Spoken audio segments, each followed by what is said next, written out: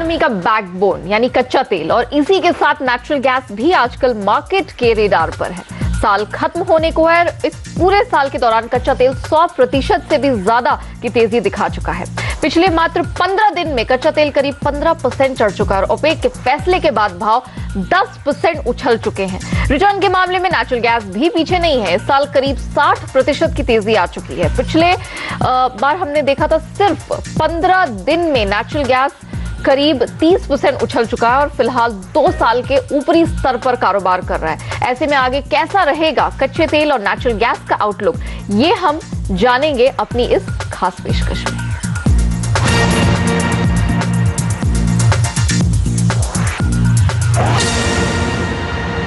नमस्कार, मैं हूं नेहा आनंद। हमारे साथ है कमोडिटी गुरु जी चंद्रशेखर, कुंवर जी कमोडिटीज के रिसर्च हेड रवि देवरा और एंजल कमोडिटीज के senior research analyst Prathamesh Mallya भी हमारे साथ है। आप तीनों का स्वागत है। प्रथमेश, सबसे पहले आपसे, एनर्जी कॉम्प्लेक्स ने बेहद शानदार रिटर्न कमा कर दिया है इस पूरे साल में। अभी भी आपको लगता है इसमें दम बाकी है, स्टीम बाकी है? कॉम्प्लेक्स में क्रूड और नेचुरल गैस सेकेंड और थर्ड हाईएस्ट परफॉर्मिंग कमोडिटी बताया जा रहा है। इसका प्योर रीज़न ये है कि ओपेक की जो मीटिंग थी रिसेंटली, उसमें काफ़ी हद तक पॉजिटिव जो रिजल्ट है वो आया है। उन्होंने कहा है कि 1.2 मिलियन पर डे की कटौती करेंगे। हालांकि ये कटौती जनवरी से स्टार्ट हो सकती है। उसी एंटिसिपेशन में आपको क्रूड में रिसेंट रैली देखने को मिली है। हालांकि अगर आप आज के सेशन में देखोगे तो करीब 2% की गिरावट देखने को मिली है डोमेस्टिक बाजार में। तो ये एक अपॉर्चुनिटी का संकेत है जहां पे आप एंटर करने की उम्मीद रख सकते हो। आपका जो ऊपर का टारगेट रहेगा करीब 54 से 56 पॉसिबल दिख सकता है आपको इस काउंटर में। और क्या नेचुरल गैस में भी इतना ही दमखम आपको दिख रहा है? Because natural gas second highest performing commodity है across non agri commodity space में। ये मोमेंटम काफी हद तक कैप्चर्ड है। अभी जस्ट ईयर एंड होने के कगार पर है। तो मैं समझता हूँ कि नेचुरल गैस जैसे जैसे आगे बढ़ेगा और कूलिंग होती जाएगी यूएस में, ये कमोडिटी भी वैसे ही मोमेंटम देखने को मिल सकती है। ओके, यानी कि दमखम अभी एनर्जी कॉम्प्लेक्स में बाकी है। चंद्रशेखर जी, अब एक एक करके हम सबकी एनालिसिस करेंगे। कच्चे तेल से शुरुआत करेंगे। आप तो पूरी ग्लोबल इकोनॉमी की बारीकियों पर नजर रखते हैं। ओपेक का कदम सबसे यहाँ पर लेटेस्ट और बड़ा रहा है। उसके कदम के बाद कच्चा तेल एकदम से हमने देखा स्प्रिंट किया है, 10% भाग गया है। अभी भी आपको लगता है इसमें दमखम है या सिर्फ ये एक रिएक्शन मात्र ही था? मैं समझता हूँ ये एक रिएक्शन है, क्योंकि ओपेक और रशिया के बीच में एक समझौता आ चुका है। और मगर इसके अलावा भी बड़े उत्पादक है जिन्होंने कोई अभी एग्रीमेंट के बारे में सोचा नहीं है। तो दिस इज़ नंबर 1। दूसरा सबसे महत्वपूर्ण बात यह है कि अमेरिका में उत्पादन बढ़ेगा शेल ऑयल का। जैसे भाव बढ़ता है, वहाँ के जितने भी उत्पादन की कटौती की थी वो सब लोग अब they will start ramping up production, उत्पादन बढ़ने लगेगा। तो अमेरिका में मैं देख रहा हूँ रिग काउंट जो कहा जाता है, पिछले 1 या 1.5 महीने में ज़्यादा ही रिग्स अब उत्पादन में आ चुके हैं। और तो खास सप्लाई में जो कटौती आएगी ओपेक और रशिया का समझौता के वजह से, उतना ही उत्पादन अमेरिका से मिलने का संभावना अब बढ़ रहा है। मगर टेम्पररीली ज़रूर एक मार्केट को एक सरप्राइज है, एक शॉक है। और मगर इसमें ज़्यादा मार्केट ओवरशूट करता है, इधर टू द अपसाइड और टू द डाउनसाइड।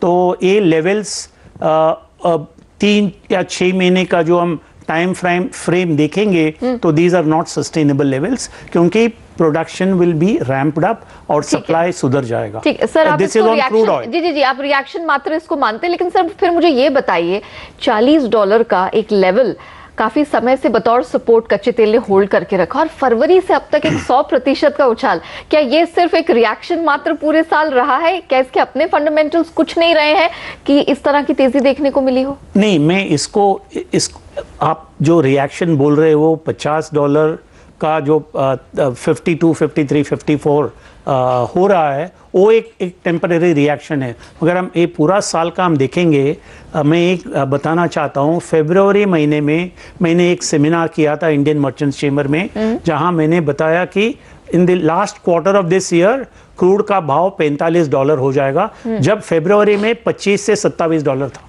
तो मार्केट रीबैलेंस करने शुरू किया है इस साल में, और ये रीबैलेंसिंग प्रोसेस जारी है। और उसके अंतर्गत अभी ये जो समझौता आया है ओपेक और रशिया का, उसके वजह से एक लिफ्ट, एक उछाल मार्केट को ट्रिगर मिल गया है। Okay, very well. रवि, आपको इस चर्चा में शामिल करूंगी। यहाँ पर प्रथमेश को लगता है थोड़ा सा और स्टीम बाकी है, चंद्रशेखर जी इसे रिएक्शन बतौर एक ट्रिगर बतौर ऊपर चढ़ता हुआ देख रहे हैं। मैं आपसे समझना चाहूंगी जो लेटेस्ट रिएक्शन इस पूरे इवेंट में रहा है वो ये कि रशिया भी हामी भर रहा है प्रोडक्शन घटाने को लेकर। औपचारिक ऐलान उनकी तरफ से नहीं आया है, लेकिन ये खबरें पूरे मार्केट में फ्लोट कर रही हैं।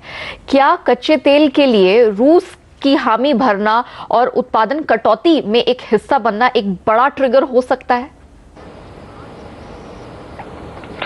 अभी मुझे लग रहा है कि ये सेंटिमेंटल ट्रिगर है। लास्ट टाइम भी क्रूड ने ये प्राइस से रैली लिया था, इन $52 तक गया था। तब मार्केट में ओपेक की एक्सपेक्टेशन थी, बट ओपेक की ओर से कोई भी कटौती नहीं आई, तो इस हिसाब से प्राइसेस फिर से $42 को अटेम्प्ट करने चले गए। बट दिस टाइम 1.2 मिलियन जो कट होने वाला है, तो मुझे लग रहा है कि एक सेंटिमेंटल, एक पॉजिटिव न्यूज क्रूड के लिए, और जल्दी रशिया एंड ओपेक कंट्रीज या रशिया और सऊदी अरेबिया के बीच एक समझौता हो सकता है। अभी कोई औपचारिक ऐलान रशिया की ओर से नहीं आया, बट डेफिनेटली रशिया भी इसमें साथ देगा, और रशिया में भी ये एक प्रोडक्शन जी को कटौती है वो आगे जाके भी रशिया भी उसमें सहयोग देगा। तो मुझे लग रहा है कि ये जो प्राइसेस है वो आगे जाके भी हमको इंडियन मार्केट में हायर दिखेंगे। दूसरा मेजर रीजन है कि लास्ट टाइम जब क्रूड के प्राइस बढ़े थे तब डॉलर का जो इंडेक्स था, यूएसडी आईएनआर का जो पेयर था वो 66.20 66.40 के करीब था। अभी वो पेयर यहाँ से ₹2 ऊपर है, तो मुझे लग रहा है कि वो भी एक फैक्टर हमको देखना चाहिए। एंड साथ में तीसरा है कि जो भी यूएस के इकोनॉमी के डेटा निकल के आ रहे हैं वो काफी बूस्ट है। मैन्युफैक्चरिंग बूस्ट के लिए ट्रंप ने ऑलरेडी ऐलान कर दिया है। तो मुझे लग रहा है तीनों फैक्टर क्रूड के लिए अभी तो पॉजिटिव सेंटीमेंट की दौर से वर्क करेंगे। एंड $54 to $55 का अटेम्प्ट आपको जल्दी WTI क्रूड में देखने को मिल सकता है। ओके, प्रथमेश आपसे एक चेक लूंगी। तेजी आपने कहा यहां से बाकी है, $54-56 के लेवल्स की आप बात कर रहे हैं। रूस के ट्रिगर को अगर यहां पर जोड़ा जाए तब भी क्या आप यही टारगेट देखेंगे या फिर आप टारगेट अपने रिवाइज करेंगे? देखिए, रशिया की तरफ से कमेंट्स आ रहे हैं कि वो कटौती ले सकते हैं 300,000 बैरल्स पर डे। हालांकि एक्चुअल इंप्लीमेंटेशन में अगर ये बात करें तो रशिया के जो सारे प्रोडक्शन है वो ऑलमोस्ट ठंड जगह पर है, तो उनको एक्चुअली प्रोडक्शन कट लेना थोड़ा सा मुश्किल ही दिखाई देता है। लेकिन रशिया की तरफ से अगर स्टेप्स इंप्लीमेंट होता है कटौती की, वो इंप्लीमेंट कर देते हैं, तो फिर आपको ऑयल में और तेजी देखने को मिल सकती है। ओके, टारगेट्स किस तरह के होंगे? अगर ऐसी सिचुएशन में आप क्या कोई नंबर यहां पर रखना चाहेंगे घरेलू बाजार में, इंटरनेशनल मार्केट्स में? घरेलू बाजार में आपको 3,600 से 3,800 तक का लेवल देखने को मिल सकता है आपको। लेकिन एंट्री पॉइंट जो रहेगा वो डिप्स पे रहेगा, 3,200 3,300 के आसपास आपका एंट्री पॉइंट रहेगा। ऊपर में आपको 3,800 के भाव देखने को मिल सकते हैं। ओके, चंद्रशेखर जी आपके सामने भी मैं वो रशिया से जुड़ा हुआ सवाल ही पहले रखूंगी। हमने जिस तरह की ओपेक की हिस्ट्री अभी तक देखी है, रशिया का उसके साथ जो केमिस्ट्री देखी है, अब जो दावे ओपेक सामने लेकर आ रहा है, having read the entire situation, आपको लगता है कि वाकई में रूस इस योजना में शामिल होगा? क्योंकि ऐसा हमने कई सालों में होते हुए देखा नहीं है। और अगर ऐसा होता है फिर टारगेट्स आपके अनुसार, आपकी रीडिंग के अनुसार, एक्सपीरियंस के अनुसार क्या हो सकते हैं कच्चे तेल में? हमें we need to build scenarios markets में। हम scenario A, scenario B, scenario C, ऐसे हमें सिनेरियो बिल्ड करना चाहिए। पहला सिनेरियो होगा रशिया जुड़ जाता है ओपेक का साथ और एक उत्पादन में कटौती आती है, तो उसका जरूर एक प्राइस इम्पैक्ट निकलेगा। और दूसरा है रशिया जुड़ जाता है, एक एग्रीमेंट करता है, मगर ज़्यादा उसका प्रोडक्शन कट नहीं होगा। तो उसका एक दूसरा सिनेरियो है। तीसरा है कि वो समझौता में शामिल होगा ही नहीं। ऐसे देयर आर 3 पॉसिबल सिनेरियोस। तो हर एक सिनेरियो हम लेंगे तो उसका इम्पैक्ट ऑन द मार्केट अलग रहेगा। तो हमें पता नहीं क्या होने वाला है, मगर ये तीनों सिनेरियो आर इक्वली पॉसिबल कि रशिया समझौता में जुड़ जाता है और ज़्यादा प्रोडक्शन काटने का एक एग्रीमेंट करता है। सेकेंड, ही विल रशिया में join the agreement but cut only a very small part of the production. Third, they will say no, we reject it. Okay, sir, तो तीनों are equally likely. ऐसे scenario में अगर मान लीजिए पूरी तरह से मुकर जाता है रशिया बाद में, क्या $40 के नीचे क्रूड लुढ़केगा? और अगर जुड़ जाता है और ओपेक के मर्जी बतौर कटौती करता है तो क्या 60 या उसके ऊपर के लेवल जाएगा? मैं ये एक सिनेरियो समझना चाह रही हूं। समझ गया। ऐसा है कि सिर्फ रशिया एक फैक्टर नहीं है, रशिया के अलावा भी और फैक्टर्स हैं, और खास करके मैं अमेरिका को एक बड़ा फैक्टर अब समझ रहा हूं, क्योंकि ट्रंप का जो पॉलिसी है इसको डोमेस्टिक प्रोडक्शन को बढ़ावा देने का पॉलिसी रहेगा, और जितना भी भाव बढ़ता है अमेरिका का रिग काउंट भी बढ़ेगा, अमेरिका का शेल ऑयल का उत्पादन बढ़ेगा, और उसके वजह से जरूर सप्लाई भी बढ़ेगा। उसका असर हमें भाव में दिखेगा, नंबर 1। नंबर 2, ये जो क्रूड ऑयल मार्केट है काफी स्पेकुलेटिव फंड ड्रिवन मार्केट है, तो इसमें स्पेकुलेटर्स और इन्वेस्टर्स, आप जो भी कहिए, उनका भी एक बड़ा हाथ है। जैसे उन्होंने देखा कि एक समझौता हो रहा है, उत्पादन में कमी, उत्पादन ओपेक और रशिया मिल करके उत्पादन काट देंगे तो सम फंड्स है मूव्ड इन, मगर ये समझौता फेल हो गया या इसका कोई बड़ा असर नहीं पड़ा तो the funds will withdraw from their positions, तो उसका भी एक असर मिल सकता है। चंद्रशेखर जी, यहाँ मैं एक और बात ऐड करना चाहती हूँ। हम सप्लाई की तो बात कर रहे हैं, प्रोडक्शन में कटौती सप्लाई की, लेकिन डिमांड की चर्चा, क्योंकि डिमांड भी तो बहुत इंपॉर्टेंट है। EIA ने कुछ हफ्तों पहले ही ये बात साफ तौर पर रखी थी कि अगर यहाँ पर कटौती होती भी है, आपने राइटली कहा कि अमेरिका की तरफ से यहाँ उत्पादन में बढ़ोतरी दिख रही है, 3% की बढ़ोतरी पिछले साल से अब तक देखने को मिली है। सामने डिमांड कैसी है? अगर डिमांड सामने निकल कर नहीं आती, प्रोडक्शन में कटौती कर भी देते हैं, सप्लाई थोड़ा सा स्क्वीज हल्का हो भी जाता है, तो भी क्या ये एक सस्टेनेबल फैक्टर होगा? मैं समझता हूँ डिमांड स्टेडी रहेगा, जितना 2016 में था उससे मार्जिनली ज़्यादा डिमांड निकल सकता है 2017 में। उसके 2 या 3 कारण है। एक है US economy is doing reasonably well, तो वहाँ कंजम्पशन बढ़ेगा, और मैं समझता हूँ चीन में भी अब जो उनका इंटरनल रिफॉर्म्स प्रोसेस है, एक स्टिमुलस पैकेज निकल कर आने का संभावना अब ज़्यादा मैं देख रहा हूँ, तो उसके वजह से भी डिमांड बढ़ने का संभावना है। Europe is of course not in a good shape, तो यूरोप में there be no growth in consumption, demand में ग्रोथ नहीं होगा, मगर demand will remain steady in Europe. तो ये सब देखते हुए कोई बड़ा डिमांड में उछाल नहीं आएगा, demand will be very very steady. 2015 में द इंक्रीमेंटल डिमांड, वो कहा जाता है हर दिन 12 लाख बैरल का इंक्रीमेंटल डिमांड था,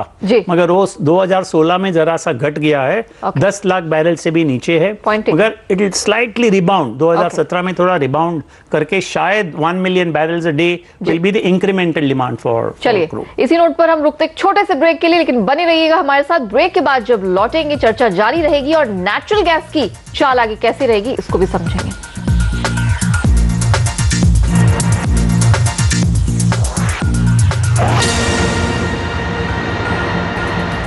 आपका हमारी खास चर्चा में एक बार फिर से स्वागत है। हम समझने की कोशिश कर रहे हैं कि एनर्जी कॉम्प्लेक्स में जितनी तेजी आ चुकी है उसके बाद और कितना दमखम बाकी है। फोकस हम नेचुरल गैस पर करेंगे।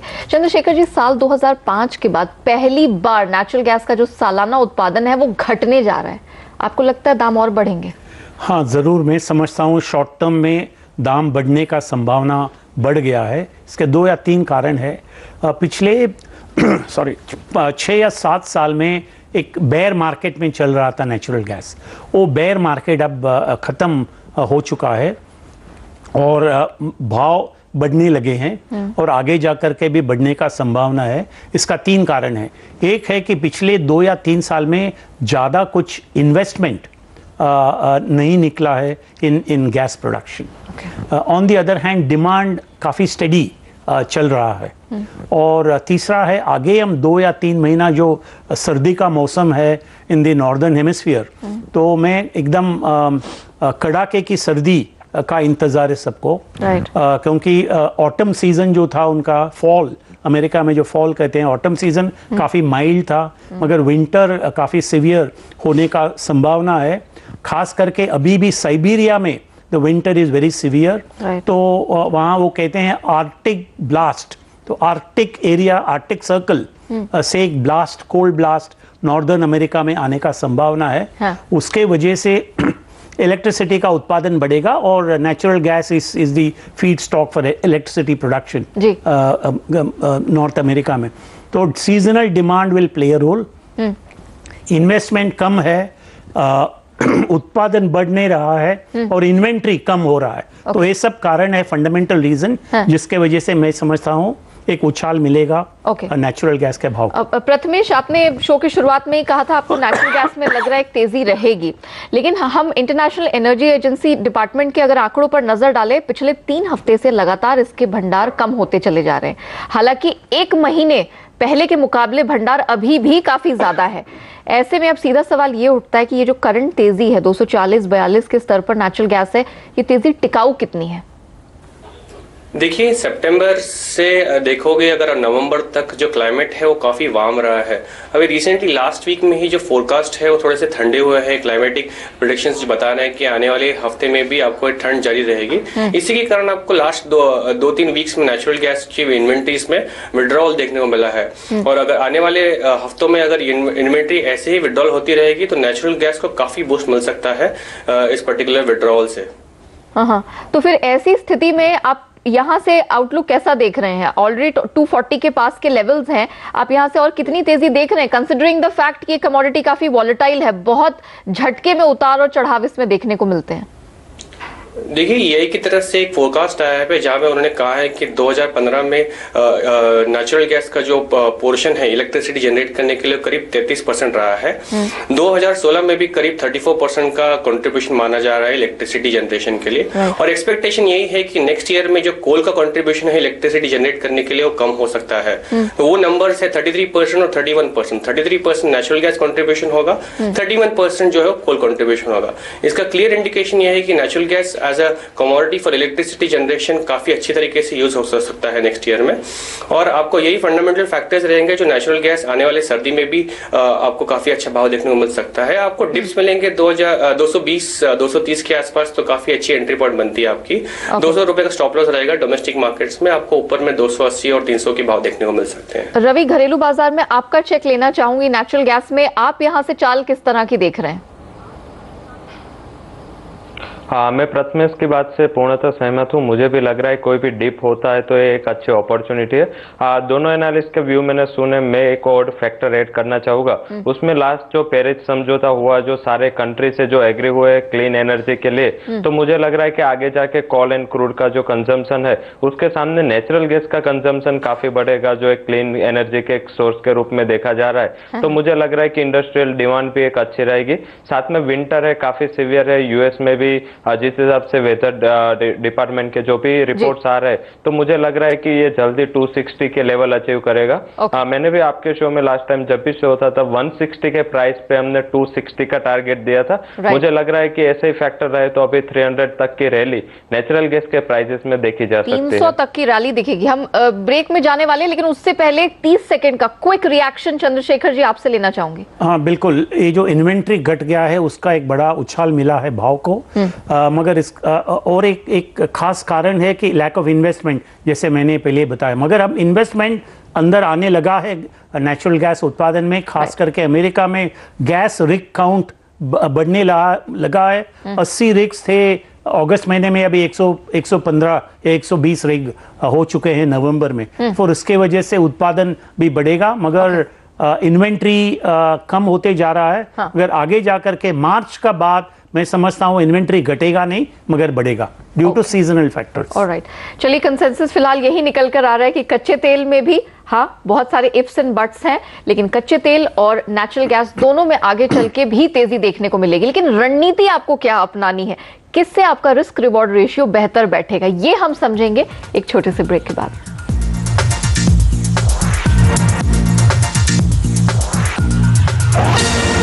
कैसी रणनीति अपना के आपको कच्चे तेल और नेचुरल गैस की तेजी का फायदा आगे भी मिल सकता है, ये हम समझेंगे। अब चंद्रशेखर जी, आपसे डायरेक्शन समझना चाहेंगे हमारे दर्शकों के लिए। हाँ जरूर, नेचुरल गैस में मैं ज़रा सा बुलिश हूँ।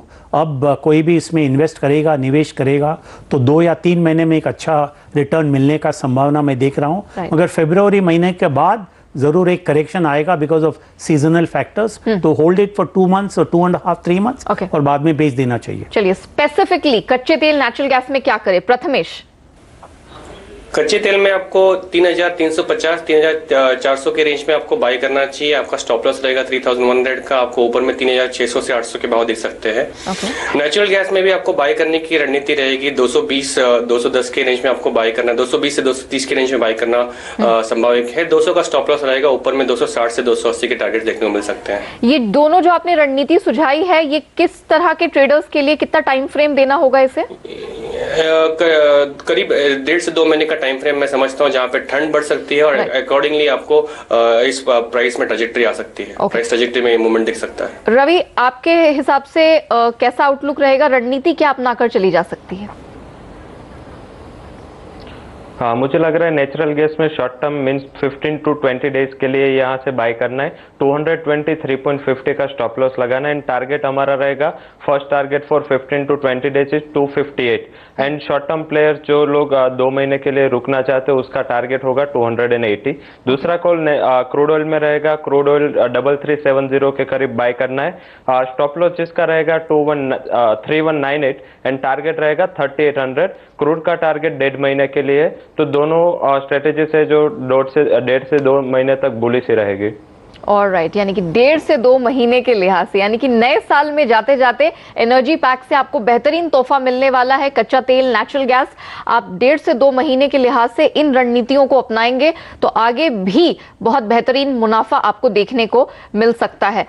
रवि, प्रथमेश, चंद्रशेखर जी, आप तीनों का बहुत शुक्रिया समय निकालकर हमारे साथ जुड़ने के लिए, इस चर्चा में शामिल होने के लिए और हमारे दर्शकों को राह दिखाने की मुनाफे की। तो फिलहाल हमें दीजिए इजाजत, लेकिन आप बने रहिए, देखते रहिए CNBC आवाज। नमस्कार।